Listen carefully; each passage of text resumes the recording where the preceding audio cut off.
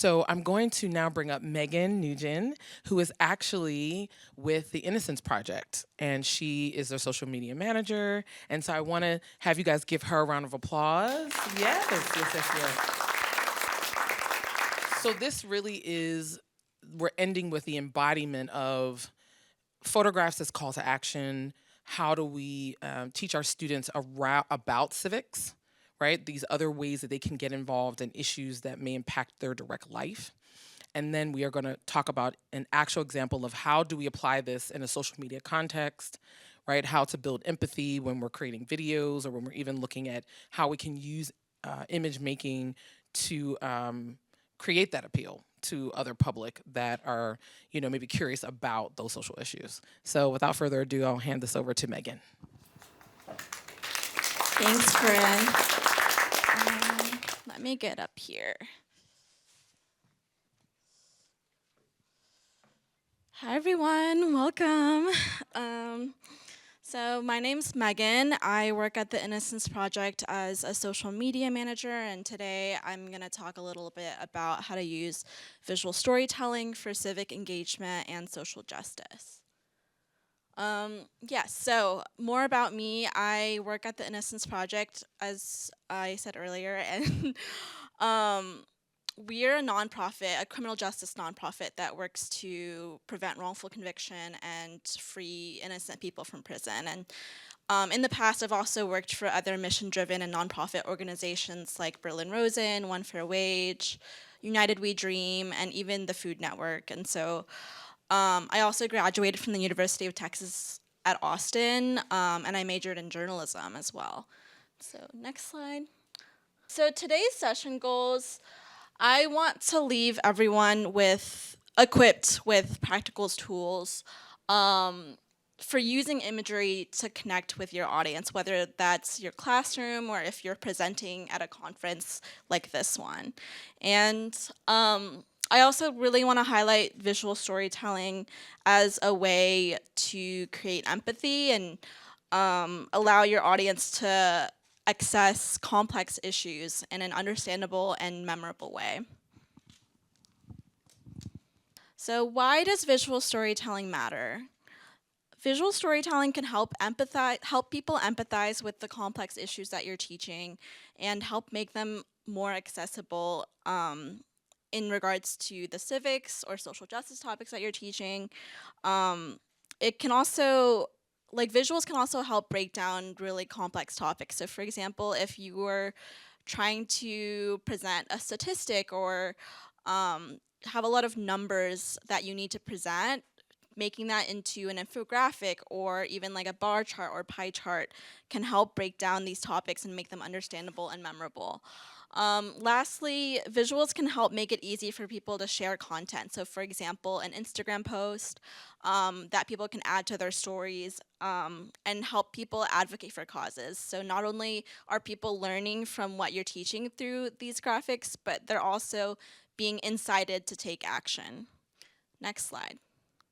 So at the Innocence Project, we've identified 4 pillars of visual storytelling. And these pillars are reputation, story, strategy, and engagement.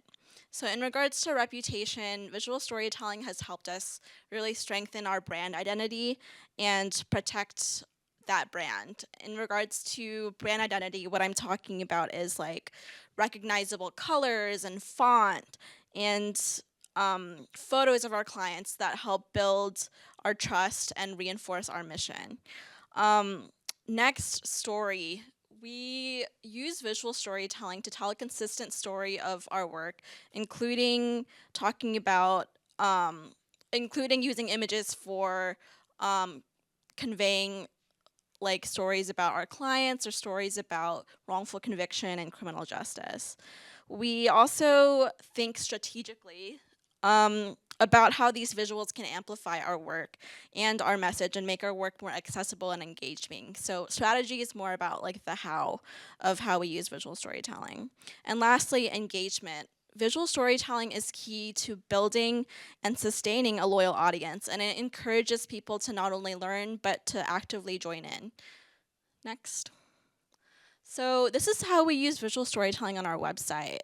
As you can see, we have two humongous pictures of two clients that we have. One is Robert Robertson, who is a client whose execution was stayed last month.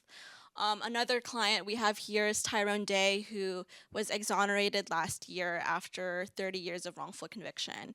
These images help bring attention to the humanity behind our cause and evoke empathy and show that our work is having a tangible impact on real human lives. It also helps us establish the Innocence Project as a results-driven organization, like we're making a real impact on people.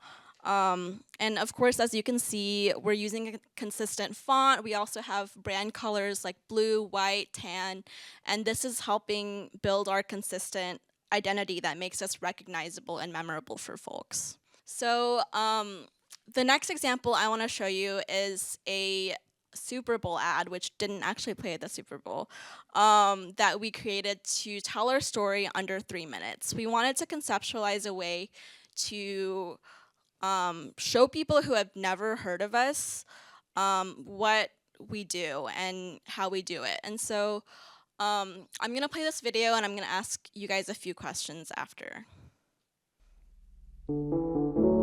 Think back to your happiest memories. Your wedding day and graduation. The everyday moments you'll never forget. Some people miss these moments. The day your baby took their first steps. I was forced to miss watching my son growing up into the man that he's become. You know, God willing, I'm hoping that I'm around for my grandson. The day they were born. You in a place like that, you know, you didn't do nothing wrong, and you have to give birth with handcuffs and shackles in your feet. They hardly let me touch him. I was begging the nurse. I told her, I don't know when I'm gonna touch him again. For so many, these memories are tainted. The only photo that I had from my childhood was the one being let out of the precinct. I was robbed of a normal life.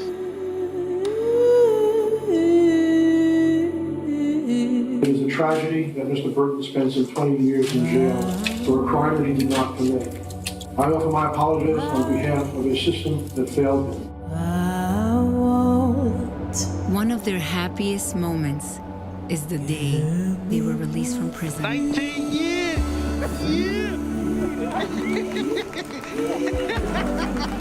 Yeah, baby! And reunited with their families.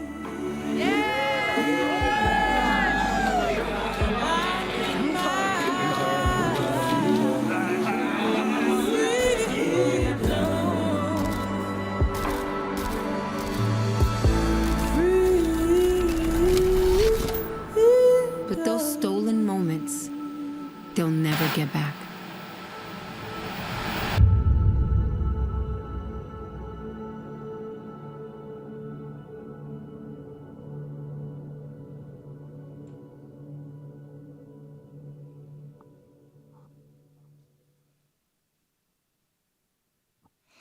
Okay, so can someone tell me what emotions that video evoked for you? Feel free to just shout out your answers or you can raise your hand.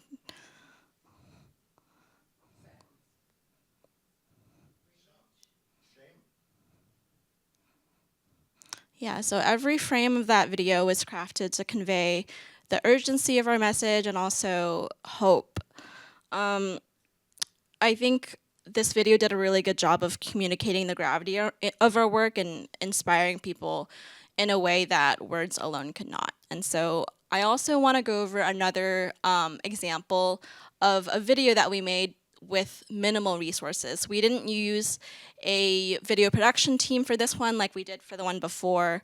For this video, I interviewed Tyrone Day, who is an exonerated client of ours who went on to co-found a garden in Dallas to address the food deserts and food insecurity there. And so because he was in Texas, I was not able to meet up with him in person to film anything, and so I got creative and I ended up interviewing him over Zoom and recording that interview so that I could use it as footage for a video. He also sent me a lot of photos of the garden that I like kind of treated using a Ken Burns kind of movement that you'll see. And I edited this using a free tool that's accessible to anyone with a MacBook or an iPhone, which is iMovie. I also added captions using TikTok, which is also, I mean, accessible to anyone who has a phone. And so I'll go ahead and show you that video. It's on the next slide. My grandmother used to have what you call a garden. So in agriculture, horticulture, my grandmother, that was her passion. And at 8 years old, I would get out there with her and she would show me how to plant different crops. She showed me how to harvest different crops. And I evolved from there, basically going down on my own, wanting to be around her in the garden. And my years in prison, as I was wrongfully convicted.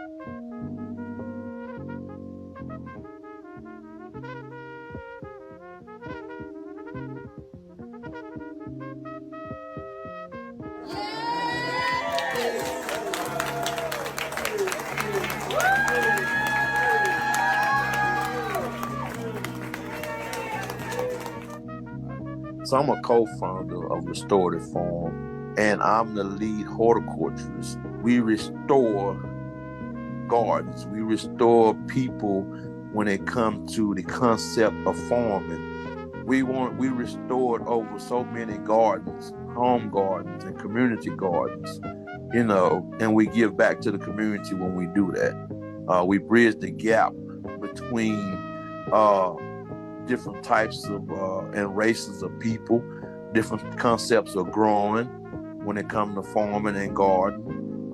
Restore the farm, that's what we do. We restore. We want to be able to grow. We want to be able to grow farmers and not just grow plants. We want to grow people too. You know what I'm saying? When you grow plants, you grow people.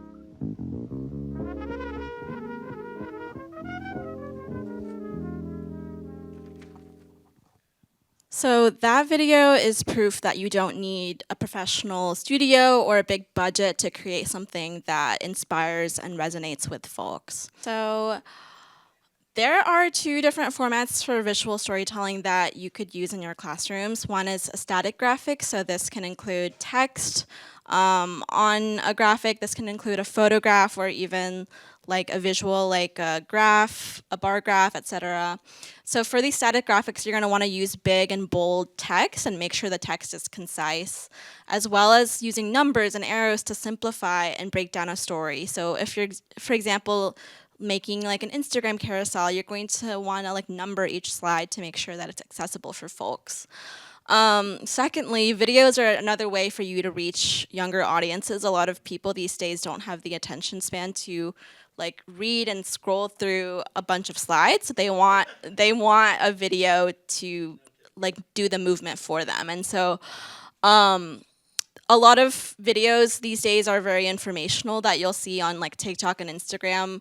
But there's also other types of videos you can make use of, for example, like a quick facts video or even fun and playful content. Like you can make a meme or like make use of a bunch of like TikTok sounds that these days people have created to allow other creators to make use of these videos and personalize them.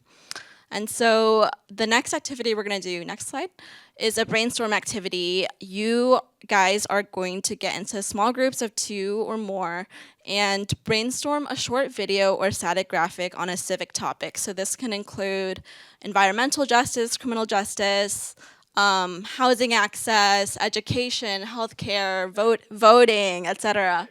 So this can be about any topic you want, but when you're brainstorming this, I want you guys to think about three different things. The emotional appeal, like how is this going to resonate with your audience emotionally? Clarity and accessibility, how are you going to make the visual easy to digest? And lastly, a call to action. You are going to want to galvanize your audience to take an action, whether that's like following your social media or signing a petition or subscribing to your newsletter. And so after everyone's done brainstorming, I want to call on at least one group to share if anyone wants to volunteer. So I'll set a timer for 10 minutes and we can begin now. Okay, so I would love to call on a few of you to share your ideas. Does anyone want to volunteer? Okay, go ahead. You guys go first and I'll call on you next. Yeah. So we thought about instead of an image, a video, something short. But the overall idea was let's deal with something about voting and ballots, because that's on my mind, as it is for a lot of other people. But how to visually show the spending of time circling in our own heads. How everybody doom scrolls, watches TV or stories that are not good for our psyche, maybe reading things. Do you want to? Sure. Yeah. I'm just going to share it around. So I guess the main idea was to show how democracy doesn't stop at the ballot box, but rather it starts there so that people understand that even if we're all, like, a lot of people, I don't want to assume, some people might be feeling like, hey, I feel very discouraged because this is what the next presidency is going to look like. So it's giving back the feeling that I still have agency and a lot more than I can imagine.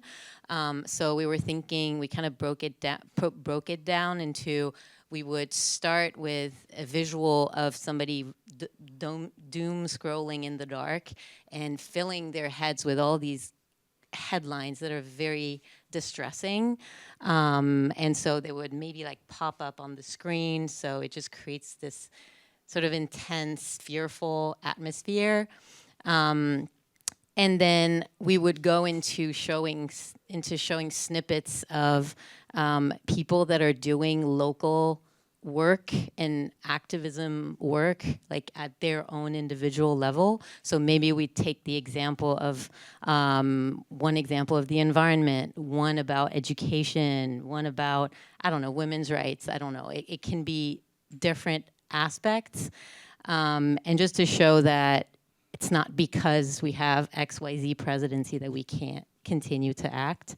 So every short story would counteract one of those like fearful headlines. And at the end, they would all meet unexpectedly. And it's just to show like, hey, you can still do the work at your own level and we don't have to all fear for the future. Multiple people are doing different things, keeping stories spinning in their head. But at some point at the end, those people come together to realize that instead of being alone with your thoughts and your negative predictions, that when you're together with other people, that can go to the side and then you can work, you can understand that there's positive hope when you're with people. Because we tend to do all this stuff by ourselves and we start a story in our head and it cycles and cycles in self-perpetual motion kind of thing. And you get out of that. And I was just sort of talking about myself. Like, we've probably all been like watching TV. And I get here with a group of people like this and I suddenly feel anything's possible. So I have to translate that into a little short story and stuff. So That's brilliant. Thank you. Anything else? You want to keep going? Okay. How about you? Thank you. Yeah, so our group, essentially, I'll keep it short, but our idea was actually based on two actual short films that I helped produce. But basically, long story short, the story is about a young person or young people in general knowing what to do when dealing with police officers at any time, especially at a young age, I mean, under the age of 18, for that matter, right? And even my own personal experience that I had, right, at the age of 10 once upon a time. So, right. So basically, the premise of the story would be basically a young person just coming home from school, hanging out with their friends, just being a kid, just hanging out and coming home only to realize that you're bumping into an undercover agent who's going to question you. And the whole goal or the premise of the film, to have it relate to young people, is giving you step-by-step instructions on what to say, how to present, how to be able to answer certain questions. Maybe it's something that you are allowed or not allowed, to answer to, to a degree, like what to write, how to move or maneuver in that situation. And the call of action ultimately would be to have young people actually participate and speak to people who are working in law enforcement, to have agents, schools, whether school safety or actual police officers, come into their space, whether school or whatever, the community center, and having that dialogue. So when, God forbid, something like that does happen, they are aware and prepared. Yeah, that seems like a really important PSA that should be made. Yeah. Thank you. That's been made. It was, yes. Shameless plug. Really? It was, yes. I'll give you more details later, but it's actually, yes, I will send you guys a link. But if you guys go on YouTube, it's on Manhattan Neighborhood Network, and the short film is called Know Your Rights.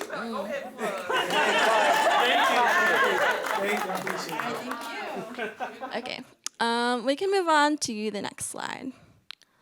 So some collaborative tools that are at your disposal that I want to make you guys aware of are a few things. So first, social media toolkits. Social media toolkits are toolkits that you can pre-fill out.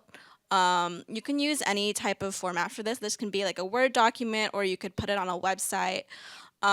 Social media toolkits include graphics that you can create yourself, or also social media copy. So for example, a tweet or a caption for an Instagram post. And so these social media toolkits can be really helpful by providing ready-made resources for your community.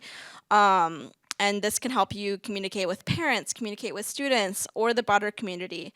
And it saves you a lot of time and effort because you're equipping other people with these social media posts that they don't have to come up with these posts themselves. They don't have to write or brainstorm a graphic themselves. And this promotes digital literacy as well. And so, for example, I think a social media toolkit could be really useful in a campaign to get more funding for a pre-K in the New York City mayoral budget. So for example, if you want parents to start tweeting at Mayor Adams, making pre-made tweets in a toolkit would be really helpful for that. Some other resources that are accessible for educators include Canva. Canva is a really great tool for graphic design. It's not like Photoshop at all. It's not complicated. They also give you free templates to use for graphics, which is really helpful. And the same goes for Adobe Spark.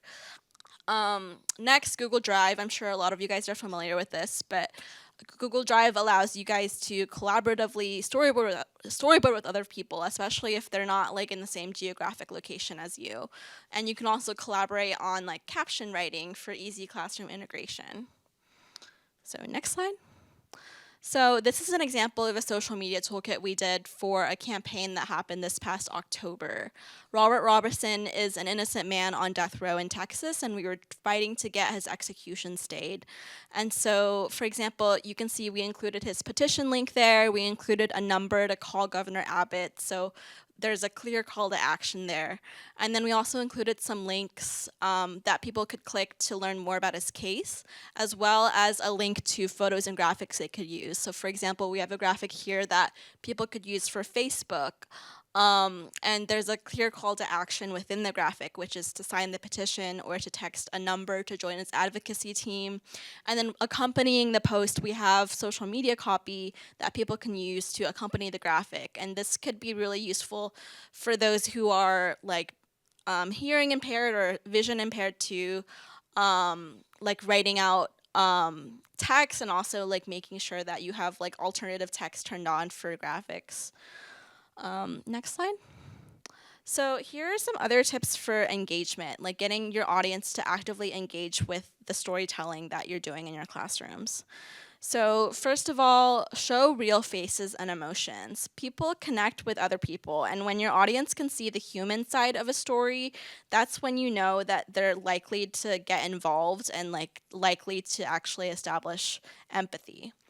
And next, focus on one strong message. It's really tempting to try to include like all the information you can include in a graphic, for example, but try to boil it down to one single message because it's easier for students and others to understand and remember when it's just like one singular message.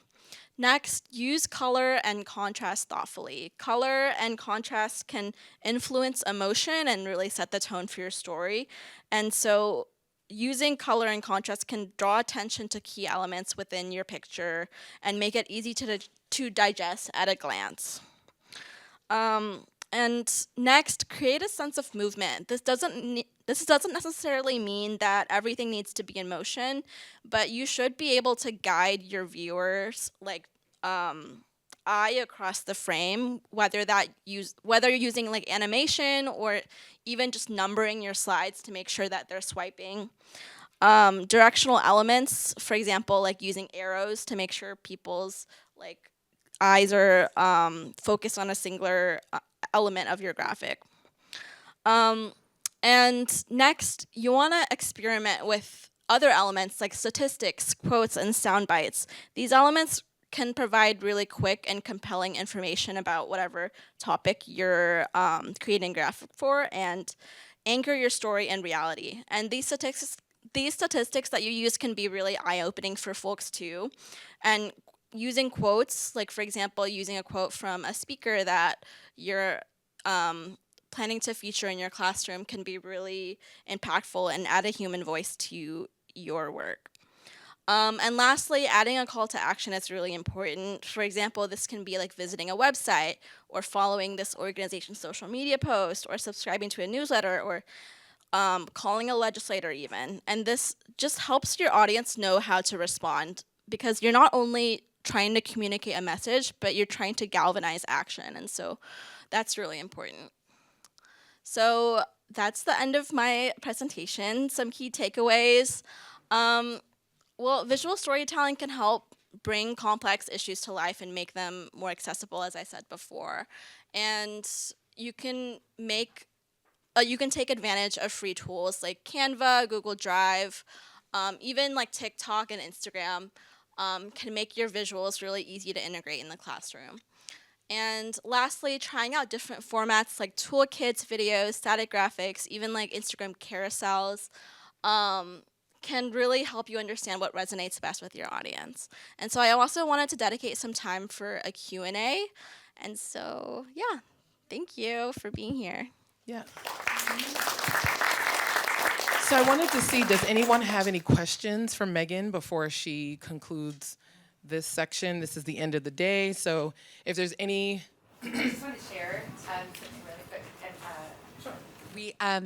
I talked to my students about Marcellus Williams, and my first two classes, we discussed the imagery that the Innocence Project used, and they gave me the idea to just present the image that you guys had with my other classes moving forward. So in my third period class, I just put up the post. I teach photography, and I just put up your photo of him. And I was like, oh, I just did this headshot. Can you guys guess who this is? What is his job? Who is he? And they were like, he's a doctor. These are high school students. They were like, he's a doctor. He's a scientist. He's a grandfather. And then we talked about it, and then we went to the first Google article that came up about how the state killed him, and it was CBS, and they used his mugshot from 20 years ago. And so we just talked about that, what that presentation was and what that meant. But I wanted to let you know that that image was really powerful, and it really resonated with my students, and they really understood that he was a human being. So I just wanted to let you know. Yeah, thank you so much. Yes, so Marcellus Williams was a client that whose campaign we were working on for about 1.5 years. We were trying to stop his execution, but unfortunately it happened anyway. And so in the last post that we made for him, the post that where we were announcing his death, we decided to not make his photo black and white. We wanted to preserve his humanity as much as possible. And so, yeah, thank you for sharing that. Thank you so much for bringing the resonance of the work, right? You oftentimes don't hear about how this is used in the classroom or in other spaces. So thank you for that affirmation of the work that Innocence Project and that Megan is a part of crafting. Are there any more questions? I'll go in the back.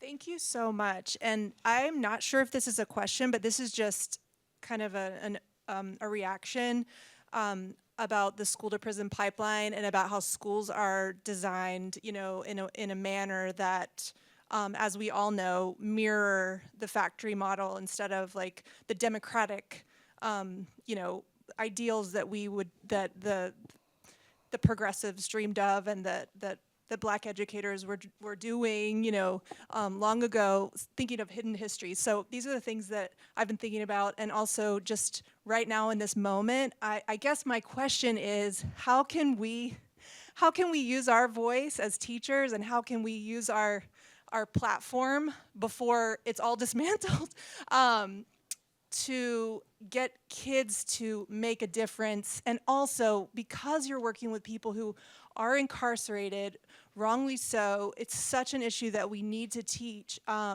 What have you found are ways that, I guess sometimes it feels monolithic to connect to those on the inside, you know, so that their stories can be told.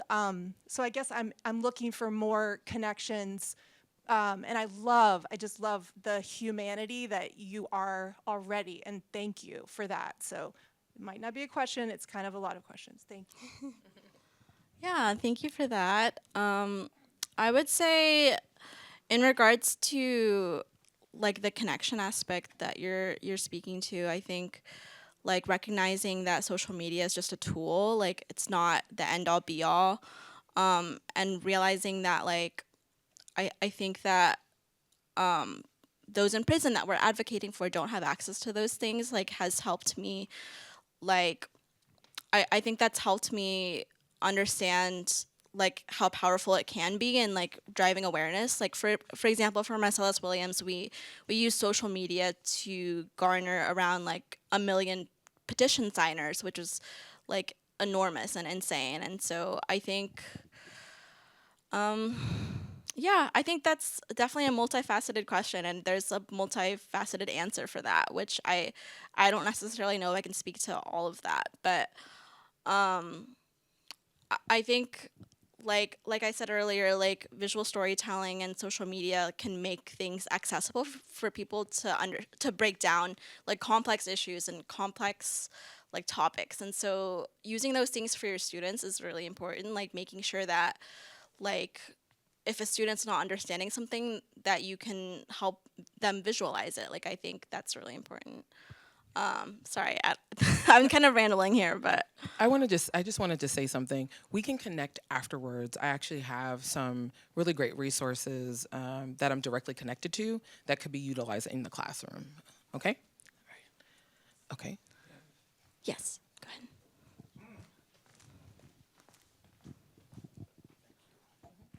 So, given we were talking about AI before and how we have to not trust it and look at pictures now. I think now we have to sort of do that with social media, right? In the sense of like the elephant in the room is Twitter is no longer a platform that can be trusted in some way because it's being manipulated by the owner. Yes. So I would probably extend that to all social media too, because we're not in control of it. There's an algorithm that controls Instagram, an algorithm that controls Facebook, and so relying on those platforms, to me, is problematic.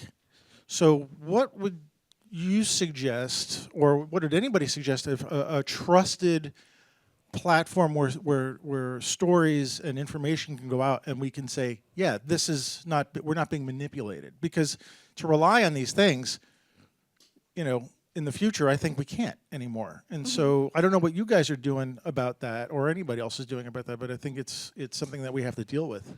Yeah, I think something that we do to combat that is we have our own website where we publish blog posts. So we don't publish these posts, like for example, like on Twitter or even on like Substack or Tumblr or anything like that. Like we have our own website where we disseminate information, and so that's something that's really important. I think, like even as an educator, like creating your own website that houses resources for your students is something that you can use to combat disinformation that these students are seeing on social media. Like, I think that's something that you definitely, that's a tangible action you can take. But yeah, I agree with you. Like, the social media industry is an ever-changing platform. Like people like Elon Musk are taking over, algorithms are shifting, etc. And so, I feel very like unsure about the future, like even like working as a social media manager. And so I definitely empathize with like how people are feeling about, like how uneasy people are feeling about like trusting these platforms. I mean, Elon Musk just threw off Stephen King because of a comment. I mean, you could certainly look at one of your stories about incarcerated persons like, BS, I'm going to throw that off. Yeah. And no longer do you have that. You have no control. That over channel. that. Yeah. So much for free speech. Yeah. Well, it was never free speech in the first Well, place, that was right? the line. Yeah, but it's like, we always thought Twitter was this thing that was available to us, and guess what? It was another. But I think with time, so you have something that's introduced, it comes with, the hope of what it's going to be. And then as time evolves, it then shifts to something else. And we're now in that reality. What I will say is there's something called the Retro Report. It is a set of resources that an educator has made available. It's actually a newsletter. You just subscribe to it. And actually in real time, they provide lesson plans, visual storytelling, things that are related to social media, but it's educator driven and student-oriented. So I will share those resources with you guys. I'm sending out a list of education resources that everybody will have access to, so I'll put that on there. The other thing I would say is the National Association for Media Literacy actually just had this summer a virtual conference that I attended that was free. And so they have a youth council where young people actually are talking to each other about this and what's the future, and this is some of what came up.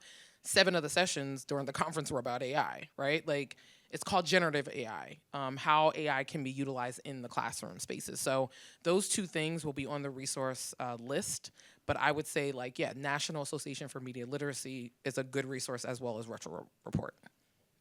Chris? Also, in addition to that, check out the News Literacy Project. Yeah, the News Literacy Project is great. And then also, outside of Adobe, there's also another, so what we're seeing this time in the last, I want to say year, has been a ton of things that have come out that in a way speak to this time about how to address fake news and propaganda. And we were all pummeled with all of the ads and all of the things.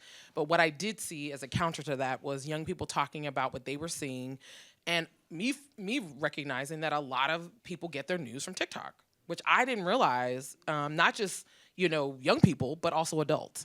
So I think it's also to honor the time that we're in, and that these things actually may not even be around shortly. It's crazy. But again, that's hearkening to the shifts in freedom of speech, and but we all still have choice, right? And so I think that I implore us all to exercise that right of choice, and study circles. And I'm going to go back analog. I'm a Gen X. Offline, right? Study circles. You can always do that as well, right? So, are there any other questions? No other questions? Okay. All right, Can we thank give you a so round of much. applause to Megan? Thank you so much.